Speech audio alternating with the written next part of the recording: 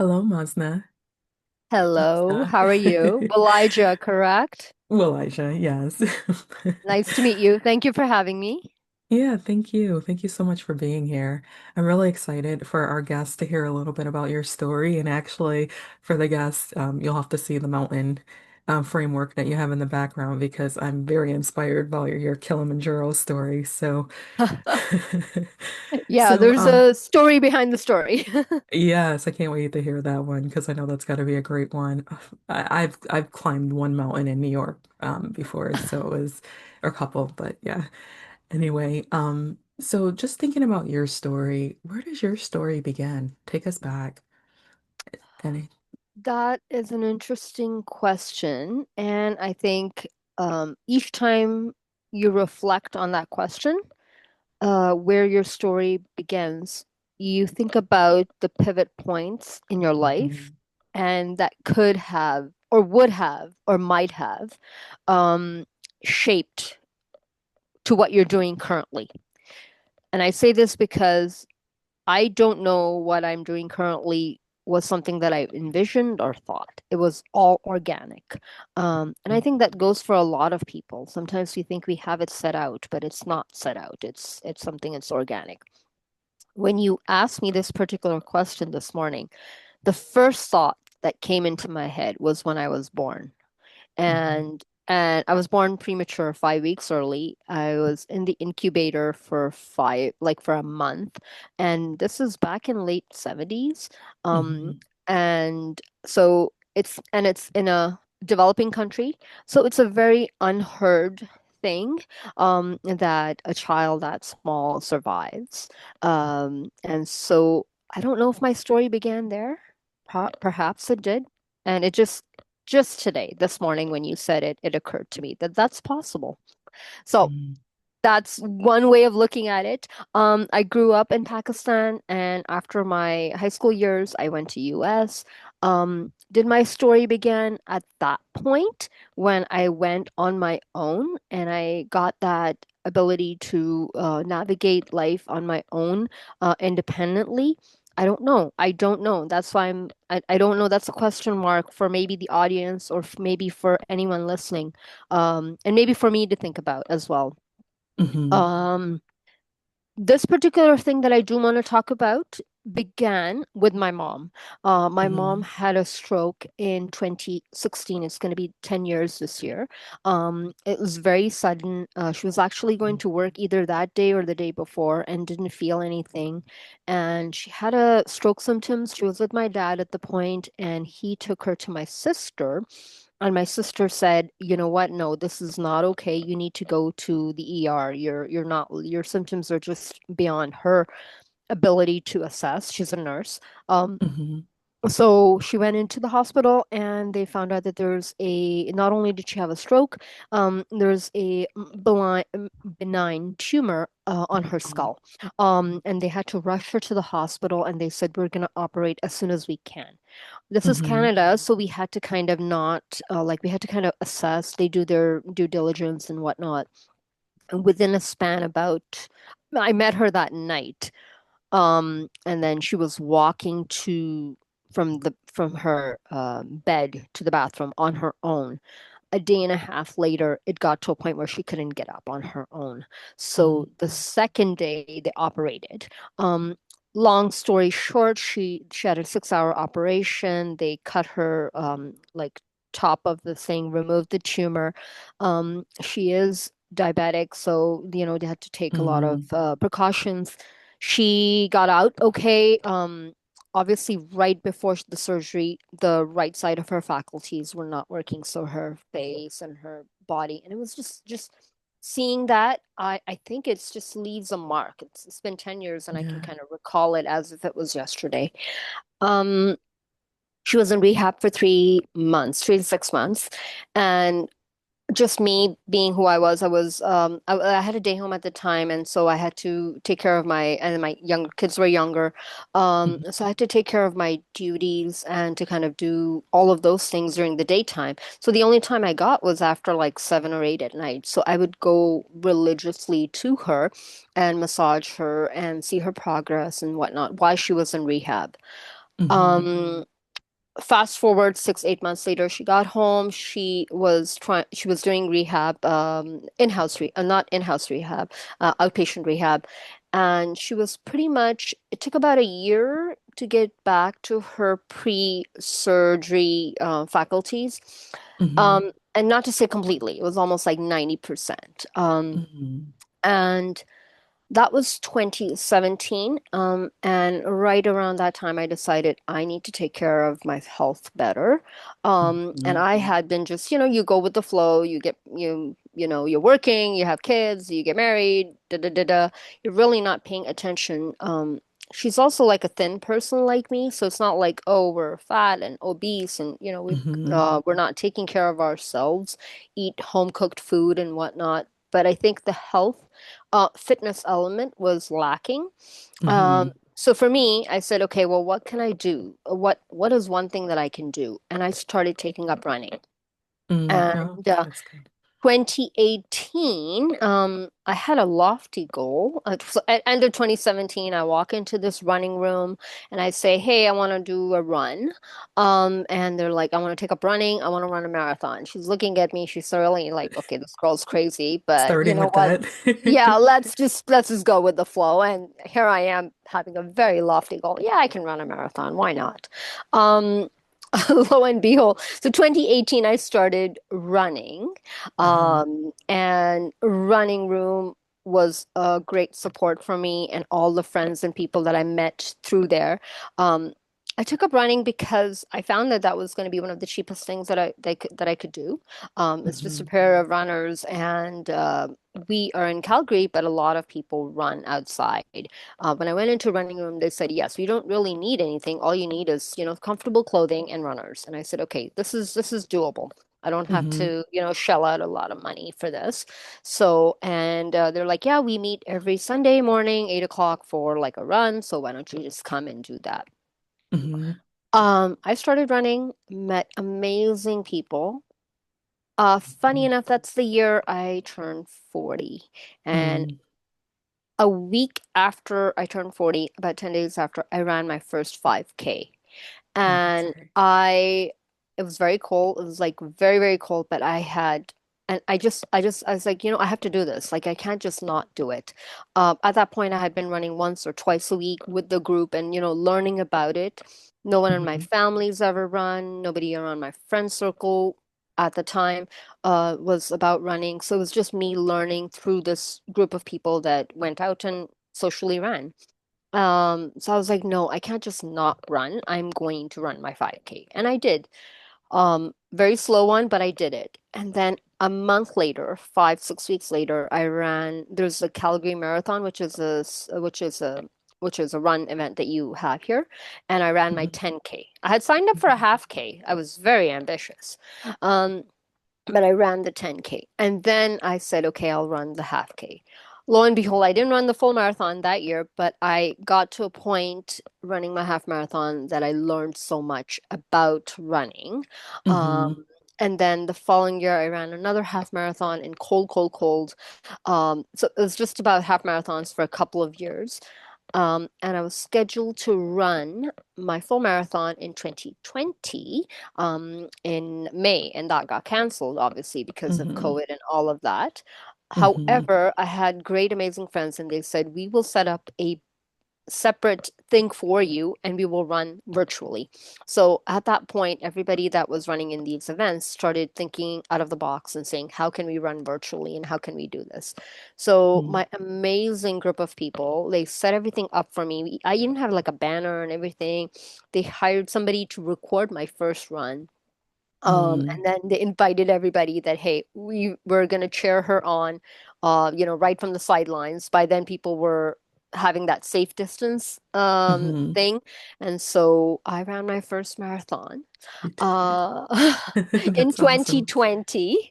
Uh-huh. Um, 2 years later, it sounds two like. years later, 2 years Yeah, later. that's Um, you talk about the mountains, and you talk about my most recent trek to Kilimanjaro.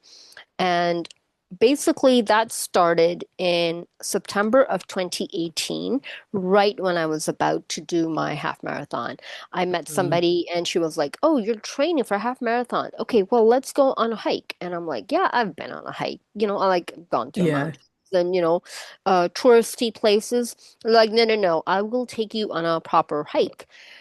And I went on my first hike, very close by right here. We are very lucky to be surrounded by mountains. it's beautiful there. And so I went my first hike. I didn't complete it. We didn't get to where we wanted to, but it was 5 hours. And I don't know, was it the pain? Was it the beauty? I have no idea what it was. I was just like, I'm hooked. I'm drawn. I'm like, Hmm. I'm gonna be hiking. And from there, the as I was also doing the running piece, I picked up this piece of it.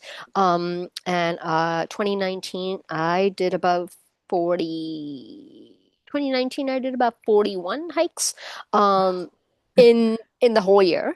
And I did backcountry camping, and then I went like for a multi-day hike, and it was just like it was just I was doing this, but there was no like, oh, I want to summit this or I want to summit that. Um, but right around the time when I'm hiking, meeting people, I met somebody that on a hike, I met a family and they had just I can't remember if they had just come from Everest Base Camp or Wow. they had done it. But I was like, oh, so they're here and I'm here and they went there, so why can't I go there? I made that Mm. a relation.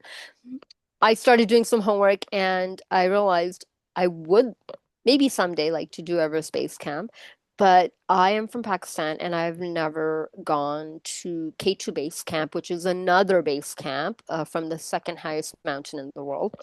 Hmm. And I was like, I need to go there first. Like, I would love to go to other places. As you're hiking and you're running, you're learning about all these things that people are doing, and nothing that I'd ever heard of. I wasn't surrounded by this, or, you just assume that these things are out of reach. And yes, Hmm. perhaps maybe 20, 30 years ago, they were out of reach. Only people that had magazines or access or, Hmm.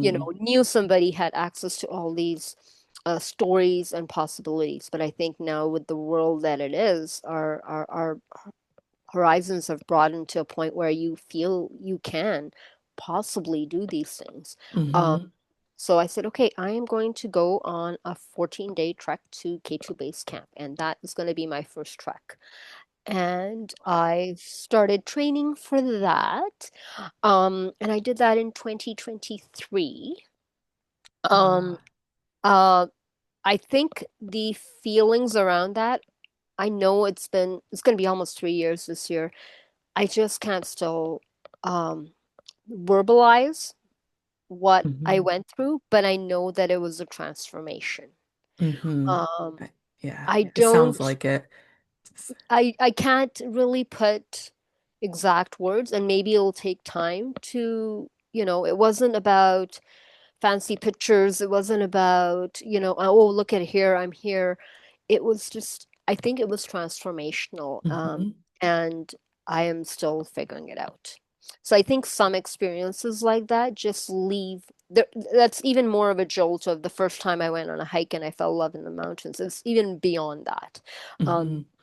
so I haven't been able to really figure out what exactly happened. But Hmm. yes, I learned so much, and you learn what you want to do. You learn how you want to do things differently. You learn from other people. You learn about your body. You learn about Yeah. yourself, and I think that goes with any experience.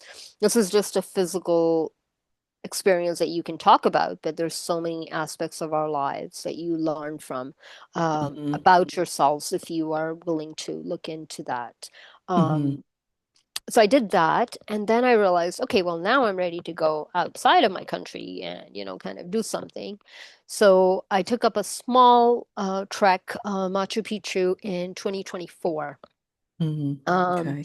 and that went really well. And I also decided I wanted to go to Rainbow Mountain, which was at a 5,000-meter elevation. I'm asthmatic, so for me, it was very important for me to kind of see how my body functions. Like, I'm not going to break down at a elevation Hmm. like that.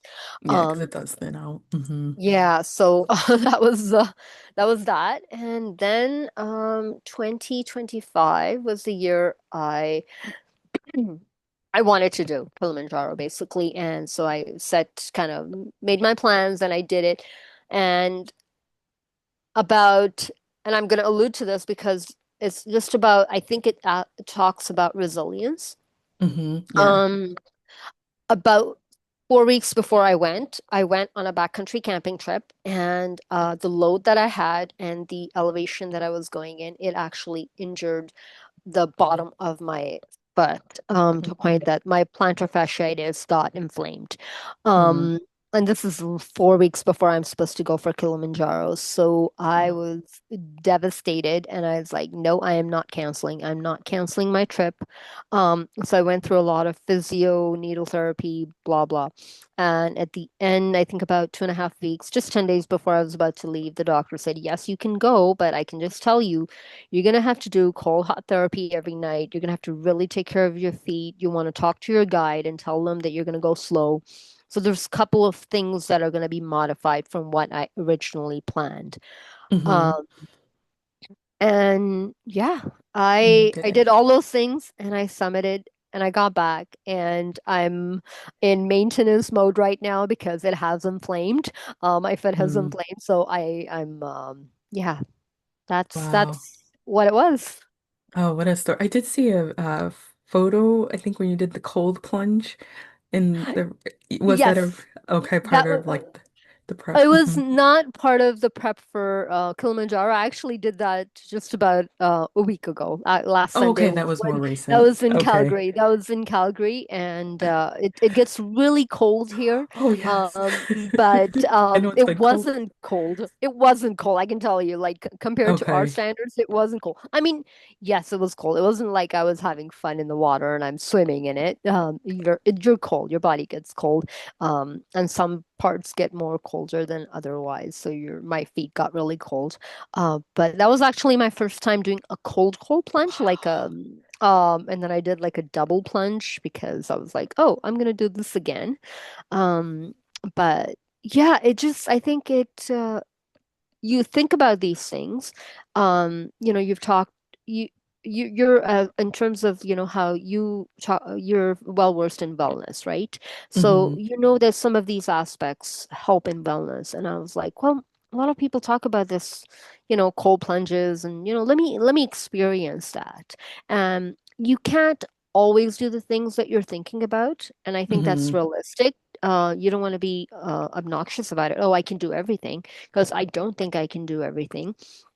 But I think I had the ability, so, and I have the, access and resources, so why not, Hmm. just kind of embrace it and see what that's all about. So, Hmm. I'm all about not just, oh, this someone said this is what it's like. Oh, great. Well, that's what it's like for you. But I think each individual We'll were have a like, different I think, experience. yeah. Hmm. Hmm. Yeah. So, Wow. What a story. A so, couple of and things. I wanna Uh-huh. I wanna talk Uh, about one more thing. So sure. Yeah. today, and I wanted to bring the resilience piece to light because last night, not last night, yesterday I had a car accident and my car is not doing well. Oh And a no. part of me was like, do I want to come on this podcast today and talk about my story and allude to resilience? And I really fought myself with that. I wasn't doing well mentally I'm and physically, sorry. obviously, yesterday. But I think a part of me showing up today is about that, that if my story is about resilience, then the fact that this external thing has happened, which I've got a lot of emotions about, Mm. if I can just kind of, have that there, that it is existing, it is happening, but still show up for this so that I can do what Wow. I want to do, which is inspire people, and to kind of let people know what are the possibilities in your circle, in your breadth of where you are. Hmm. So that's what I want to take home, like in terms of the messaging. Hmm. First of all, I'm sorry to hear that about last night, and thank God you're still here. So sorry. Yes, yes. And thank you Thank for you, still, right? yeah, yeah, thank goodness. And you still showed up, so thank you for still being here. And your story. Wow. Wow. I have to say a couple of things came to mind for me as I was listening. The first, I have this quote that I love. It's the quote, "The woman who heals herself heals the woman before her and after." I don't know if you've heard that one before, but I love that. And that's what I thought of for your story because of where it started, like this current season of your life. It started with your mom and your mom having the stroke, and you're like, I gotta do better and make sure that I'm healthier, to avoid something like that happening for yourself in the future. Um, Correct. so in saying that, like, do you feel alive? Like, aside from the accident and the injuries that you've had with your foot, like, do you feel a difference in your energy? And maybe how has it? Absolutely. Hmm. Absolutely.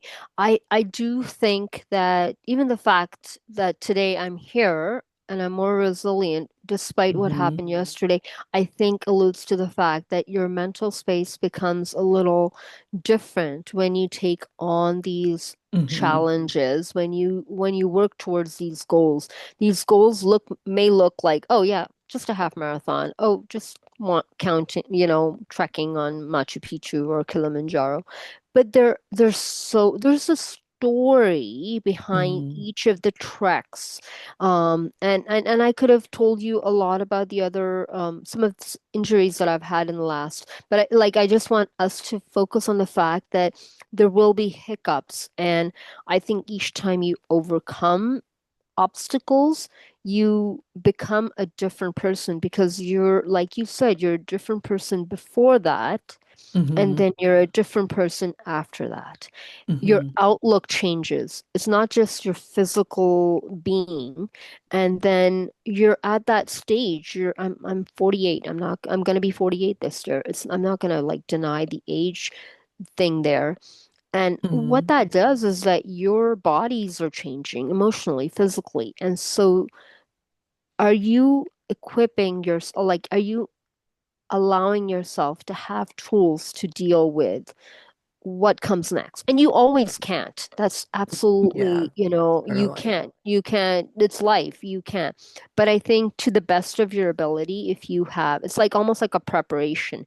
Like, we all do these growing up, you're doing a test and you're preparing, or you're in your exams, you're doing preparing, and going for a job interview, you're preparing, or you're, learning a skill and you're preparing. So we're always preparing. Not that, oh, it's going to go exactly as planned, but I think the preparation changes and allows you to be the person that can tackle Hmm. what comes, Yeah. right? Yep, no, I can see that. It does make you stronger, I have to say. Interestingly enough, I joined a running club back in 2016. Oh, So when wow. you said that, that was funny. And I do recall like some of the folks in the community. There was this one gentleman, he was like, I think in his 60s, close to 70, and he always like had hip issues and like leg problems. So he didn't let that stop him. He just kept going. I was always really inspired by him. So it just sounds like, yeah, it does. It builds like that resilient muscle. And it feels like I love David Goggins. Like he talks a Oh, lot yeah. about that in his work. Just like just push through, and it does. It makes you stronger and when you're dealing with different adversities in your life. So, Exactly, exactly. And I mhm, think we all have these little aspects that kind of, there's several opportunities. I'm just talking about the running piece or like the whatever I've talked about. I think everyone that does whatever that they do have an opportunity to show resilience. And we don't see it, but a lot of people are showing up every day behind the scenes with a mountain at the back. mhm, We so all true. are. We Yeah. all are. And I think we just don't see it just because it's visible for some and not for others. I think we're just not able to put two and two together for everyone. But I think all of us are having they're fighting their own story and fighting their Hmm. own resilience path, basically. Hmm. So true. So true. I have to ask.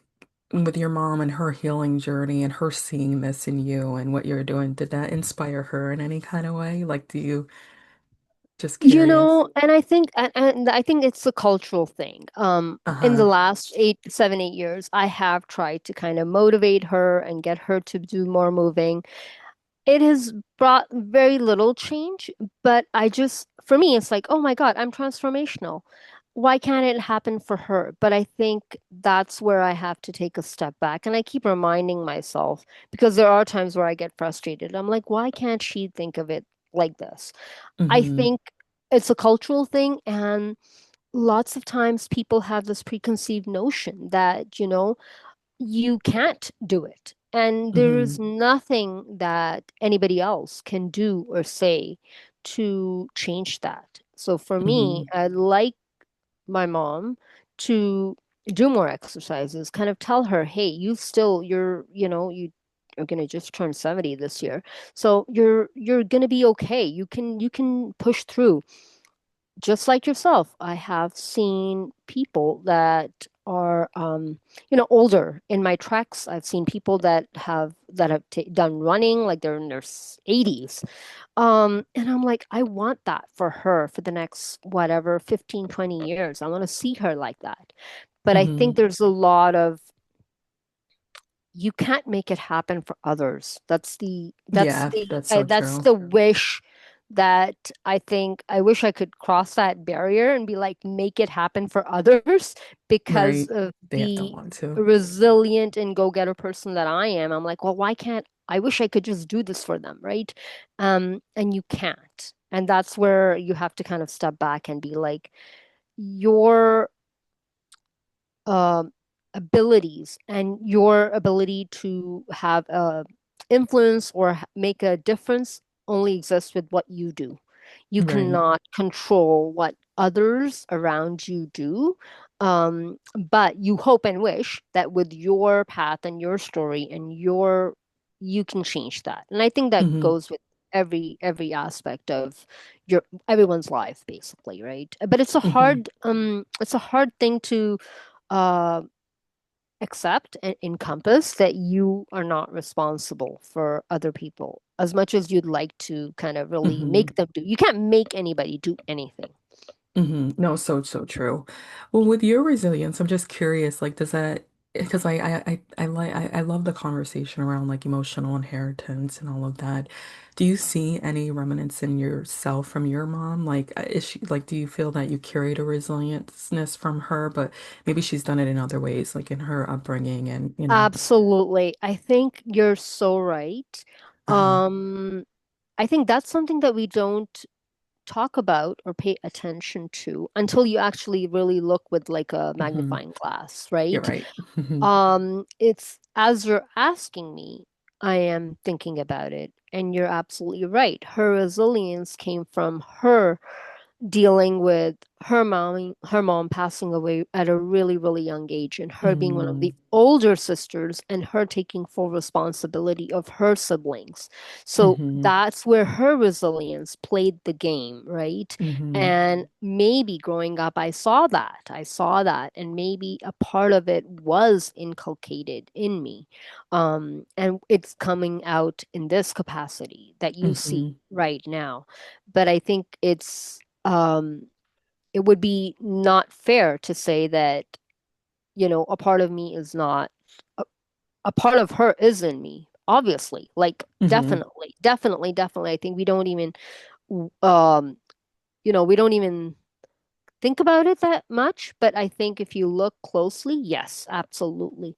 Mm-hmm. She was also, and that was the other thing, like she was very athletic when I was in school. Like in school, we had this parent race, I remember at one function, and she participated and she was like a fast runner. She's much taller than I am too.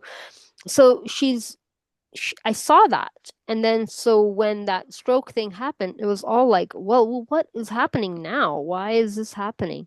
So I think I do feel a lot of what I am able to transform based on my understanding and knowledge is coming from her. Interesting. I'll have to share this. My mom, I have four sisters, or there's six of us. I have half brother and half sibling, and then the four of us. But my mom always talks about like how there was things she started when she was younger that she never got to complete because of life, Yeah. life. And but she sees all of us in some capacity doing some of the things that she never got to finish. So it's interesting that you gravitated towards running and what you Yeah. just shared about your mom, because it's like that was her thing in school, and then she had to take care of the family, never got back to it, and now look at you and what you're doing. Yeah, yeah, and I carried Yeah. it forward. Um, she does worry. I think when I go on my tracks, she specifically worries when I go on a hike that is a little bit more dangerous than otherwise. She Yeah. does worry. She worries quite a bit, and that's the piece that I wish I could change. I'm like, you can't be worried, but maybe that's her prayers are keeping Yes. me Yeah. alive, right? So I'm not gonna, you know, I don't know, right? Like I think we try to verbalize our all our experiences and whatever is going on, and we try to make sense of it. And right now, what I'm thinking, we can't verbalize everything. Yeah. We can't explain everything that happens to us, or for us, or that is going on within us. I don't think so. It's very, I at this stage cannot. I feel Hmm. like there's just things that I just cannot explain. And sometimes people just have this ability, like you have to make sense of it, and sometimes it doesn't. It's Yeah. okay. It There's just it can certain be the things that don't. messy. It can be messy the way it is, and that's okay because it's just gonna. Um, it means it's gonna be organic, and organic is sometimes messy because you don't know, right? It's just gonna Hmm. happen. Hmm. So true. Very true. Yeah, that's good. That's a good food for thought. Because I know Right? for me, I'm always like, oh, how do I make meaning out of this? But some things you just don't. It's just a part of the human experience. So, It's part of the human experience that maybe yeah. you'll figure out 2 years later, 3 years later. Yes. Yeah, I've seen that Right? too. Right? Like, I mean, so somebody just in passing after I had done K2 base camp said, "Oh, so Killy is next." And I was like, "Oh, so that just planted a seed," but I had never even thought about it.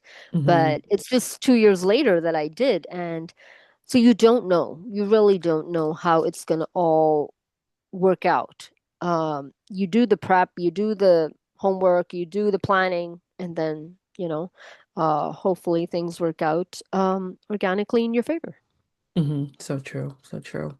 Okay, so then one part of the segment of these episodes that I like to capture is what kind of traditions does your family have, or maybe what new traditions are you establishing for your family going forward? And what do you mean by in what capacity? Like, because there could be traditions that touch on so many, right? That's Uh, true. Maybe it's some could be dinner, making sure you have Sunday dinner every week. mm-hmm, Um, Maybe a certain holiday where your family all comes together, like just mm-hmm. any, do you have any like special tradition? Yeah, yeah, we do. We do. We have a very special tradition that actually was started by my mom.